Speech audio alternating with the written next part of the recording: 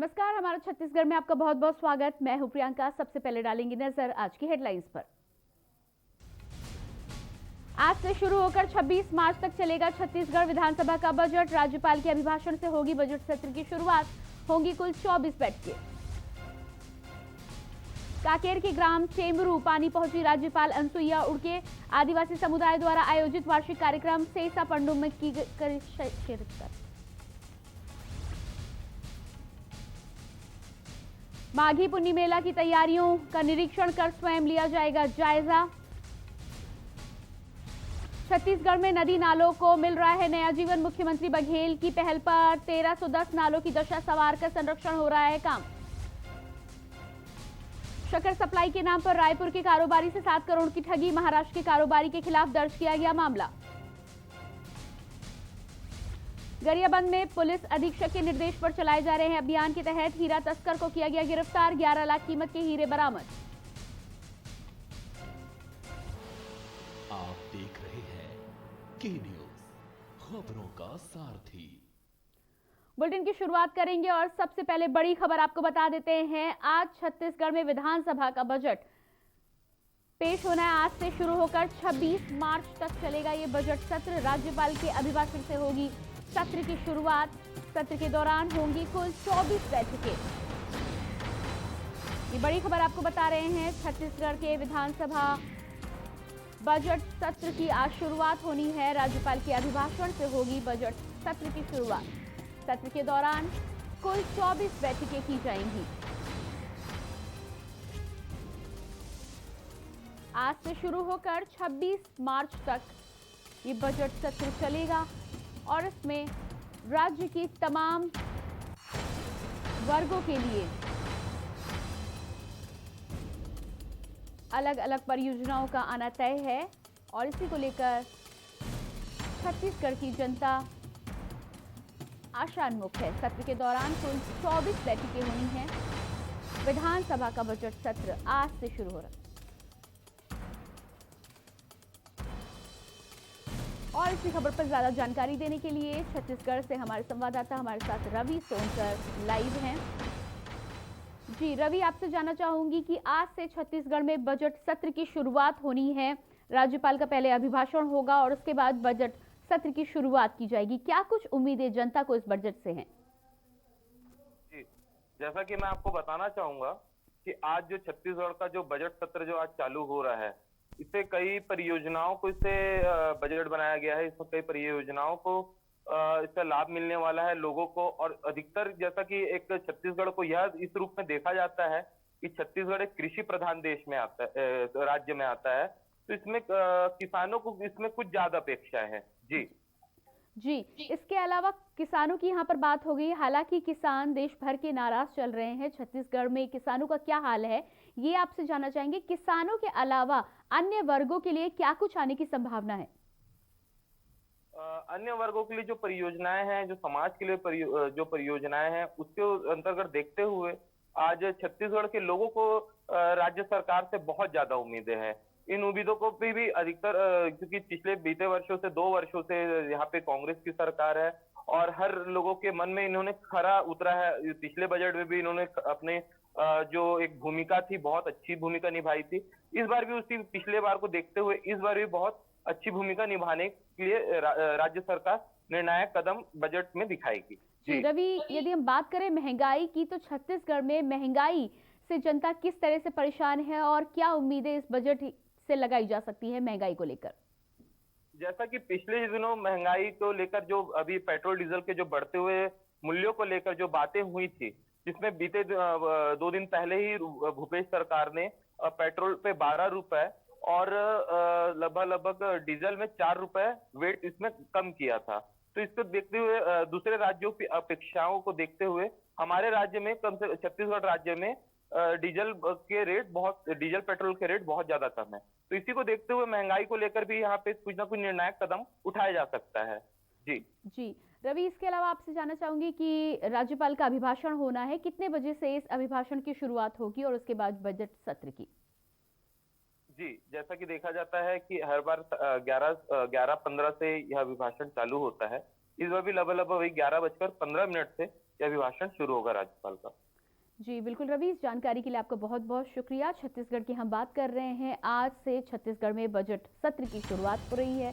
सबसे पहले राज्यपाल के अभिभाषण से इस बजट सत्र की शुरुआत होगी। माना जा रहा है कि 11 बजे के बाद राज्यपाल का अभिभाषण होगा और उसके बाद बजट सत्र की शुरुआत हो जाएगी छत्तीसगढ़ में। इस बजट सत्र के दौरान कुल 24 बैठकें होनी तय हैं, जिसमें विभिन्न परियोजनाओं पर, विभिन्न वर्गों पर विचार किया जाएगा और उसके बाद उम्मीद की जा रही है कि ये बजट जनता के लिए काफ़ी कुछ लेकर आने वाला है। पेट्रोल और डीजल के दामों की यदि हम बात करें कि तो छत्तीसगढ़ में उसका मूल्य बाकी राज्यों की तुलना में काफ़ी कम है। इसके अलावा भी यदि सरकार गरीबों के लिए, निम्न आय वर्गों के लिए कुछ सोचती है तो उनके लिए बहुत अच्छी खबर होगी।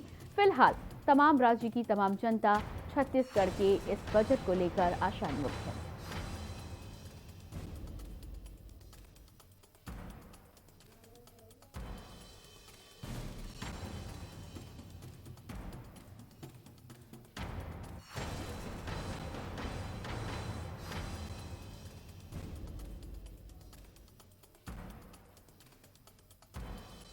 और लगातार हम आपको जानकारी दे रहे हैं, जैसा कि हमने आपको पहले भी बताया कि केंद्र सरकार के बजट के बाद ही एक साथ तमाम राज्यों में बजट सत्र की शुरुआत हो गई है। छत्तीसगढ़ में आज से बजट सत्र की शुरुआत होनी है। राज्यपाल के अभिभाषण से इस बजट सत्र की शुरुआत होगी। इस बजट के दौरान कुल 24 बैठकें की जा रही है। माना जा रहा है कि इसमें किसानों के लिए कुछ विशेष आने की संभावना है। जैसा कि हम सभी जानते हैं कि काफ़ी लंबे समय से किसान आंदोलन दिल्ली और देश के तमाम राज्यों में चलाया जा रहा है, महापंचायतें हो रही हैं। छत्तीसगढ़ मुख्य रूप से कृषि प्रधान राज्य है और किसानों को लेकर यहाँ काफ़ी कुछ आने की संभावना है। यदि किसान को लेकर इस बजट सत्र में नई परियोजनाएं आती हैं, उनकी फायदे की योजनाएं आती हैं, तो ये उनके लिए भी राहत की बात होगी। साथ ही साथ देश में प्रदर्शन कर रहे तमाम किसानों के लिए भी कहीं ना कहीं ये एक राह खोलने वाला बजट हो सकता है, जिसमें माना जा रहा है कि किसानों को मुख्यता से देखा जाएगा। इसके अलावा यदि हम छत्तीसगढ़ में बात करें तो छत्तीसगढ़ में शिक्षा को लेकर जोर दिया जाना तय है, क्योंकि कृषि के साथ ही साथ शिक्षा भी एक ऐसा माध्यम है जिसके माध्यम से कल के भविष्य का निर्माण हो सकता है। और एक बार फिर से हमारे संवाददाता रवि से हम बात करेंगे। रवि, यहाँ पर आपसे जानना चाहूंगी कि किसानों को लेकर हमने बात की, किसानों के बारे में आपने बताया कि काफ़ी कुछ नई परियोजनाएं आ सकती हैं और छत्तीसगढ़ क्योंकि कृषि प्रधान राज्य है तो किसानों को मुख्य रूप से देखा जाएगा, उनके लिए काफ़ी कुछ नई स्कीमें आने की संभावना है। यदि हम शिक्षा की बात करें तो शिक्षा के लिए क्या कुछ आ सकता है इस बजट में? जी, जैसा कि देखा जाता है कि अभी भूपेश सरकार के द्वारा अभी छत्तीसगढ़ में शासकीय इंग्लिश मीडियम स्कूल का एक परियोजना जो चालू किया गया है, तो इसको और ज्यादा विस्तृत रूप देने के लिए इसमें भी बजट एक पेश करना लाजमी सी बात है। जी जी, इसके अलावा आपसे ये भी जानना चाहूंगी कि तमाम ऐसे व्यापारी हैं हर जगह पे पूरे देश में, इसके अलावा उत्तर प्रदेश में भी, मध्य प्रदेश में भी तमाम व्यापारियों से जब हमने बात की है तो लोगों का ये कहना है कि एक तो कोरोना काल की वजह से पहले ही उनके पास खरीदार कम आते हैं और उसके बाद अब ये जो नई स्थितियां आई हैं पेट्रोल डीजल, हालांकि आपके राज्य में पेट्रोल डीजल की कीमतें बाकी राज्यों की तुलना में कम है, लेकिन तब भी व्यापारियों को क्या कुछ उम्मीदें हैं, क्या कुछ राहत उनके लिए आ सकती है इस बजट में? अब ये तो एक सोचने का विषय है कि क्योंकि व्यापारी वर्ग भी एक राज्य सरकार से बहुत ज्यादा उम्मीद कर रहा है। अब इसमें यह देखना एक दिलचस्प होगा कि राज्य सरकार कितना उस बजट में व्यापारियों के लिए राहत पेश करती है। जी जी, रवि, आपसे शिक्षा की हमने बात कर ली, व्यापारियों के लिए अभी देखना ये तय है क्योंकि आज से ही बजट सत्र की शुरुआत होनी है, तो आगे आने वाला समय ही बताएगा कि किन वर्गों के लिए क्या मिलने वाला है। ये आपसे जानना चाहूंगी कि गृहिणियों की यदि हम बात करें तो वहां पर छत्तीसगढ़ में गृहिणियों को लेकर क्या कुछ आने वाला है? इसके अलावा उज्ज्वला योजना की यदि हम बात करें तो कितने % लोग हैं या कितनी गृहिणियां हैं जो इस योजना से जुड़ रही हैं और क्या इसका लाभ वो ले पा रही हैं? जैसा कि अगर हम देखते हैं उज्ज्वला योजना के पिछले 2 सालों में भी लगभग 57% लोगों को उज्ज्वला योजना का लाभ मिल चुका है। जी। अब बाकी के लोगों को देखा जाए तो यह केंद्र सरकार का यह एक परियोजना है। इस पे राज्य सरकार कितना कारगर स्थित होती है, यह भी एक देखना एक दिलचस्प बात होगा। जी जी, इसके अलावा रवि, आप आसपास बात कर रहे होंगे, क्या कुछ नया ऐसा आने वाला है इस बजट में जिसको लेकर आपके आसपास बातचीत चल रही है, जिससे जनता को लाभ हो सकता है? जैसा कि देखा जाता है कि अक्सर सरकार जब बजट पेश करती है तो उसमें कई लोगों को यह उम्मीद रहती है कि हमारे लिए आज कुछ नया होगा। तो इसी प्रकार बात करने पर यह पता चला कि जैसे कि व्यापारी वर्ग से बात करने में पता चला तो उनके लिए एक जो कोरोना काल में देखा जाता है 8 महीना 10 महीना यहाँ पे दुकानें बंद रही लगातार, तो उसमें उन लोगों के लिए क्या राहत की बात है। तो इससे कई व्यापारी वर्ग के लोग सरकार से अपेक्षा कर रहे हैं कि हमारे लिए कुछ ना कुछ इस बार तो राहत जरूर मिलेगा। जी, जी। इसके अलावा यदि हम उत्तर प्रदेश के बजट की बात करें तो यहाँ पर एयरपोर्ट को लेकर, इंफ्रास्ट्रक्चर को लेकर तमाम नई परियोजनाएं आने की संभावना जताई जा रही है, जैसा कि सूत्रों के अनुसार हमें जानकारी मिल रही है। छत्तीसगढ़ की यदि हम बात करें तो वहाँ पर इंफ्रास्ट्रक्चर सुधारने की अभी भी बहुत ज़्यादा ज़रूरत है और संभावना भी है। तो क्या ऐसी कुछ सूचना आपके पास आ रही है कि कुछ नया इंफ्रास्ट्रक्चर को लेकर वहाँ पर हो सकता है बजट में? नहीं, ऐसी तो आशा कर सकते हैं कि इंफ्रास्ट्रक्चर में कुछ ना कुछ देने की बात तो होगी। ये उम्मीद लगाई, ऐसे कयास लगाए जा रहे हैं राज्य सरकार से कि कई नए चीजें यहाँ पे लाया जाएगा। जी, इसके अलावा रवि, शिक्षा की एक बार हम फिर से बात करेंगे। शिक्षा की यदि बात करते हैं तो केंद्र सरकार की स्कीम के मुताबिक, चाहे वो अटल अभ्युदय योजना हो जाए या फिर नवोदय स्कूलों का निर्माण हो जाए या फिर गरीबी रेखा से नीचे जो बच्चे हैं उनको अधिक से अधिक स्कूलों से जोड़ने की बात हो जाए, तो क्या कुछ नए स्कूलों की योजना पर भी काम चल रहा है बजट को लेकर? जी, जैसा कि मैं आपको बताना चाहूंगा कि राज्य सरकार एक मतलब बच्चों को लेकर एक यहाँ पे शिक्षित राज्य को के रूप में विकसित करना चाहती है। इसके मद्देनजर रखते हुए, इस बात को मद्देनजर रखते हुए इसमें नए स्कूल की परियोजनाओं को ज्यादा वो दिया जा रहा है, इसमें तरजीह दी जा रही है। जी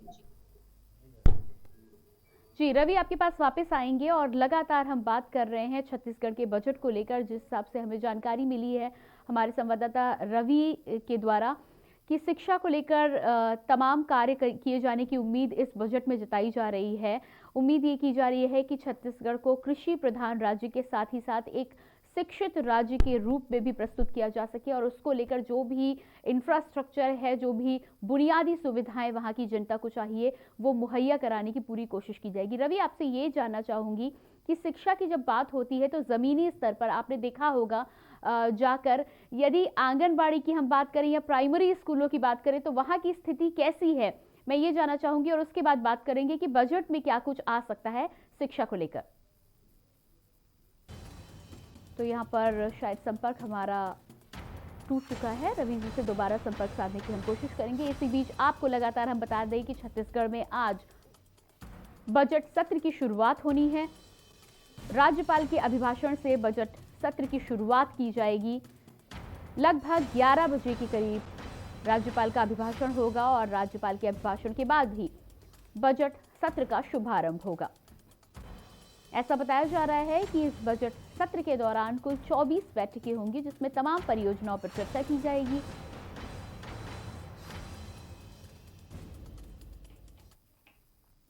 और छत्तीसगढ़ के बजट को लेकर हम लगातार बात कर रहे हैं। अब तक पल पल की अपडेट हम पहुंचाएंगे और साथ ही आपको ये जानकारी भी देंगे कि आपके लिए क्या कुछ आने वाला है छत्तीसगढ़ के इस बजट में। लेकिन उससे पहले रुकेंगे एक छोटे से ब्रेक के लिए।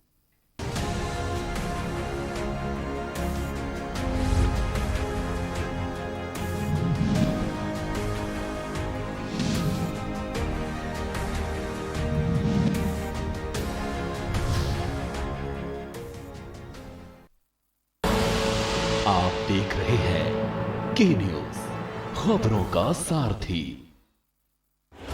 जब आपकी सोच को अंधेरा घेर लेता है और सिस्टम भी मुंह फेर लेता है, जब वादों की परतें खुलने लगती हैं और हारी उम्मीदों का ऊंचा ढेर लगता है, जब सड़क पर एड़ी की रगड़ देखकर अब तक जो भी हुआ सब बेअसर लगता है, तब चिंतन से डगर होगी आसान, मंथन से निकलेगा समाधान।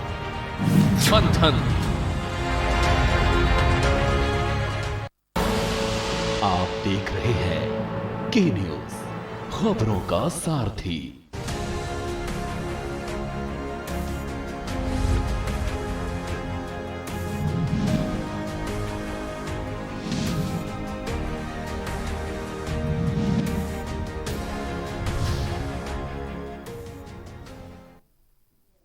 ब्रेक के बाद एक बार फिर से आप सभी का स्वागत है। हमारा छत्तीसगढ़ में रुक करते हैं अगली खबर का। रैली गुंडाधुर कॉलेज मैदान से कोडा गांव के जिला कलेक्टर कार्यालय तक रैली निकाली गई। आंदोलन रैली में लगभग 100 ट्रैक्टर शामिल हुए। वहीं महिला अपराध और उत्पीड़न के विरोध में भाजपा महिला मोर्चा को बल देने पहुंचे पूर्व मंत्री केदार कश्यप के भाषण के दौरान भाजपा प्रदर्शन स्थल के पास ट्रैक्टर रैली पहुंची, जिसमें पूर्व शिक्षा मंत्री ने कांग्रेस पर निशाना साधा।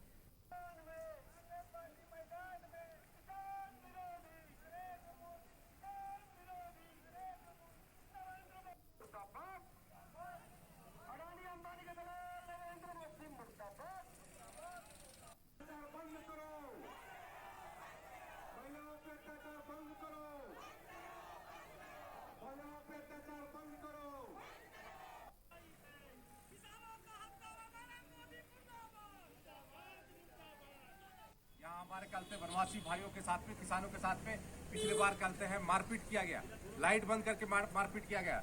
यहाँ के जो अधिकारी थे उनका अधिकारियों को संरक्षण दिया गया। कांग्रेस के नेता वहाँ पर किसी तरीके से कोई सहयोग नहीं किए और बल्कि इन सब चीज़ों को बढ़ावा दिए। और अब ये किसान रैली निकाल रहे हैं कि इन किसानों के लिए माननीय मोदी जी ने जब 2018 का जब चुनाव था तब कहते कांग्रेस ने अपने घोषणा पत्र में लाया था कि हम सरकार बनाते ही स्वामीनाथन कमेटी की जो रिपोर्ट है उसको हम लागू करेंगे। केदार कश्यप जी बिल्कुल सही बोले।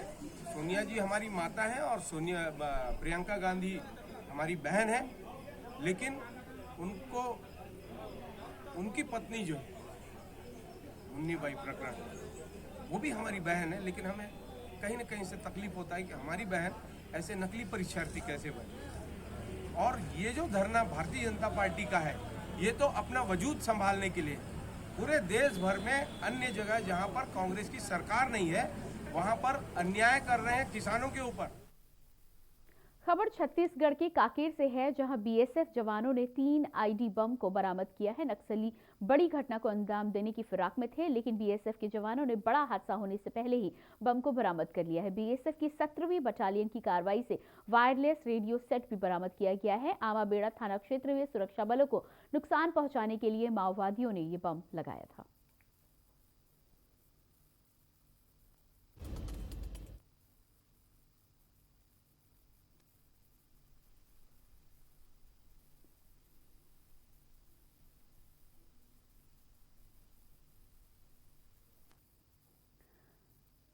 मनेन्द्रगढ़ में एक निजी स्कूल की छात्रा निकली कोरोना पॉजिटिव, बहन की भी खबर सामने आ रही है। बता दें, कोरिया जिले में एक बार फिर कोरोना का ग्राफ बढ़ा है। जिला जेल में मिले 25 मरीज। मनेन्द्रगढ़ में एक निजी स्कूल की छात्रा कोरोना पॉजिटिव पाई गई है। बैकुंठपुर कोरिया जिले में स्कूल खुलने व सोशल डिस्टेंसिंग, मास्क सहित अन्य सावधानी न बरतने के कारण एक बार फिर से जिले में कोरोना पांव पसार रहा है। जिला जेल में बैकुंठपुर में गत 2 दिनों में 25 बंदी कोरोना पॉजिटिव पाए गए। जिला जेल के बाद मनेन्द्रगढ़ के एक स्कूल की छात्रा भी कोरोना पॉजिटिव निकली है। ये जांच आगे भी लगातार जारी है। मरीजों की स्थिति को देखते हुए उन्हें कोविड केयर सेंटर व होम आइसोलेशन में रखकर उनका इलाज किया जा रहा है।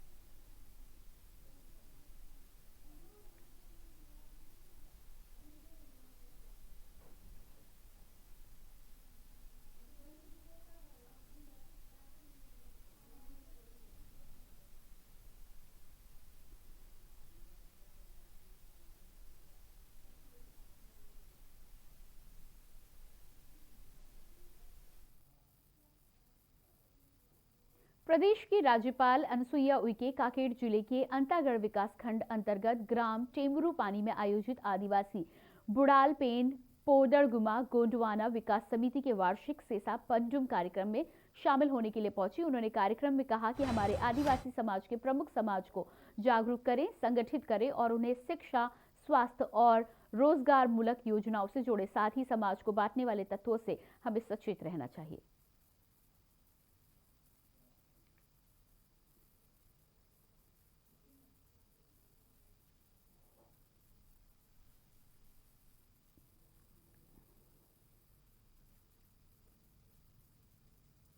बसना विधायक राजा देवेंद्र बहादुर सिंह ने ग्राम कंचनपुर में भूमि पूजन किया। महासमुंद जिले के पिथौरा ब्लॉक ग्राम कंचनपुर में बसना विधायक राजा देवेंद्र बहादुर ने ग्रामीणों की मार्ग की परेशानी को देखते हुए कहा कि ये परेशानी अब नहीं रहेगी। कच्चे मार्ग को बताते दें कि पतरापोली स्कूल के कंचनपुर तक के मार्ग को नवीनीकरण एवं चौड़ीकरण कराया जाएगा। बसना विधायक व छत्तीसगढ़ वन विकास निगम के अध्यक्ष माननीय राजा देवेंद्र बहादुर सिंह के आतिथ्य में ये भूमि पूजन किया गया।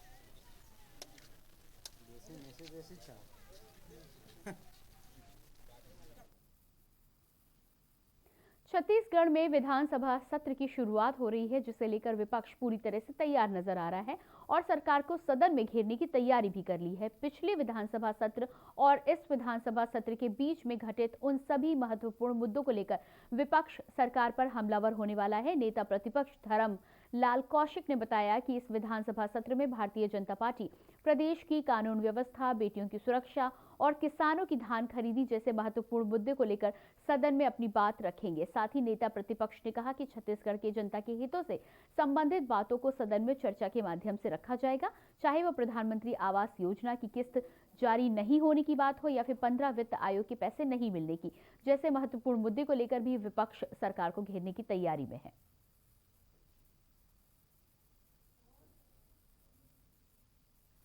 कल से छत्तीसगढ़ विधानसभा का सत्र प्रारंभ हो रहा है और इस सत्र में विपक्ष भारतीय जनता पार्टी पूरी तैयारी पे है। पिछले विधानसभा से लेकर के इस विधानसभा के बीच में जो प्रदेश में महत्वपूर्ण जो घटनाएं हुई है, उन सारी बातों का उल्लेख विधानसभा के माध्यम से चर्चा में उठाएंगे। खास करके जिस प्रकार से प्रदेश में लूट, डकैती, अपहरण और हत्या के जो मामले आ रहे हैं, ऐसा लगता है कि पुलिस का खौफ है खत्म हो गया है, अपराधियों का मनोबल बढ़ा हुआ है। छत्तीसगढ़ के जिला राजानंदगांव में कलेक्टर टोपेश्वर वर्मा की अध्यक्षता में आज पद्मश्री गोविंद राम निर्मलकर ऑडिटोरियम में भारत शासन एवं राज्य शासन के कोविड-19 के दिशा निर्देश के परिपालन में आज प्राचार्य एवं विकासखंड शिक्षा अधिकारियों की कार्यशाला आयोजित की गई। कार्यक्रम में कलेक्टर टीके वर्मा ने कार्यशाला को संबोधित करते हुए कहा कि मार्च 2020 से हम सभी कोविड-19 के कारण विषम परिस्थितियों से गुजर रहे हैं। लंबे समय तक लॉकडाउन रहा और अब भारत शासन के द्वारा निर्देशानुसार धीरे धीरे संस्थाएं खुल रही हैं। परिस्थितियां सामान्य नहीं है, इसके बावजूद बहुत सी संस्थाएं कार्य कर रही हैं। छत्तीसगढ़ में सुरक्षा के उपाय पर्याप्त हैं और छत्तीसगढ़ शासन द्वारा कोविड-19 के दिशा निर्देश का पालन करते हुए स्कूल आरंभ करने का निर्णय लिया गया है।